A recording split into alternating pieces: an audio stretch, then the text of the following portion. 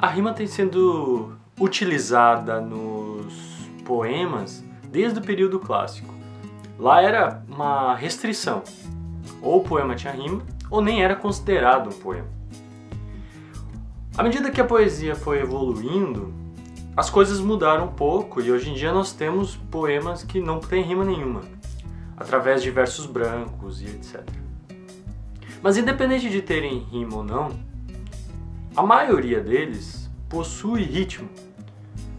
Isso me leva a crer que a rima ela não é obrigatoriamente uma restrição, porém ela é uma ferramenta que o poeta tem para gerar ritmo.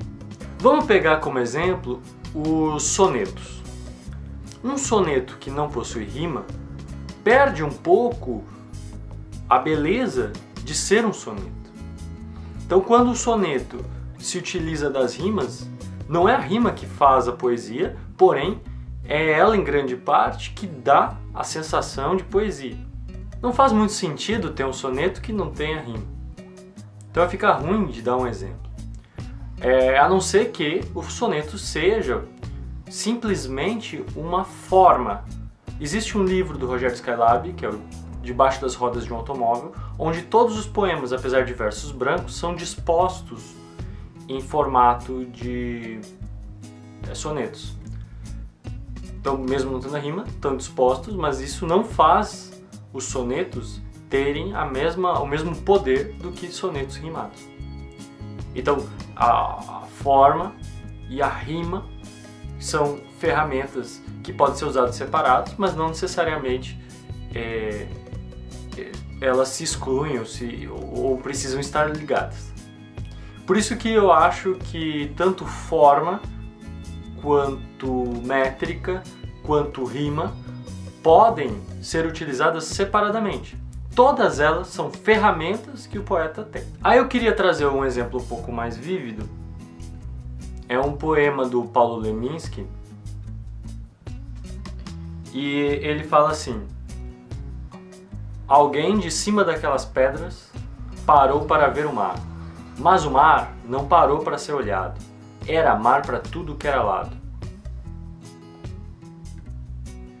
Se a gente pegar esse poema e tirar as rimas, por exemplo, alguém de cima das pedras parou para ver o mar, mas o mar não parou para ser visto. Era mar para tudo que era lado. Já não dá o mesmo tchan, já não dá a mesma sensação de poesia que dá quando a gente tem aquela rima. Mas mais importante do que aquela rima é o ritmo que a palavra olhado traz dentro da frase. Eu queria trazer aqui, por exemplo, se a gente substituir pela palavra agitado, olhado, agitado. A palavra agitado traz são 3 sílabas bem fortes. Agitado. Né? Agora, quando a gente tem olhado, são 2 sílabas poéticas, né? Olhado. Então,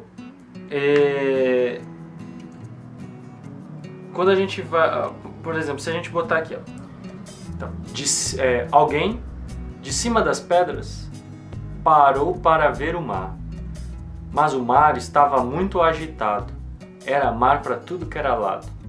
Ainda assim, não dá a mesma sensação de poesia, porque o mar estava muito agitado, não tem a mesma cadência, o mesmo ritmo que o mar parou para ser olhado. E por isso que eu digo que o ritmo talvez seja mais importante para a poesia do que a rima em si. Mas a rima é uma ótima ferramenta para criar ritmo. Agora, se a gente mexer mais coisa ainda, olha que absurdo fica. Eu não estou mexendo no sentido do que a imagem traz. Alguém de cima das pedras parou para ver o mar, mas o mar estava muito agitado, molhava tudo que podia.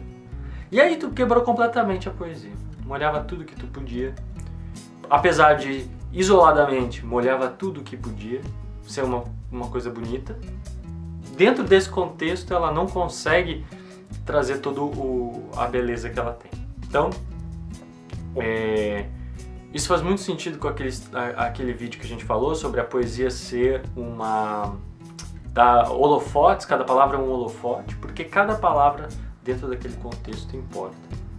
Espero que essa reflexão nos ajude a escolher melhor nossas palavras, que a gente possa criar ritmo, que a gente possa criar harmonias e se utilizar da rima, se utilizar de todos os recursos que a gente tem como poeta para escrever poemas cada vez melhores e que nos levem a esse estado de poesia na hora de ler, na hora de declamar.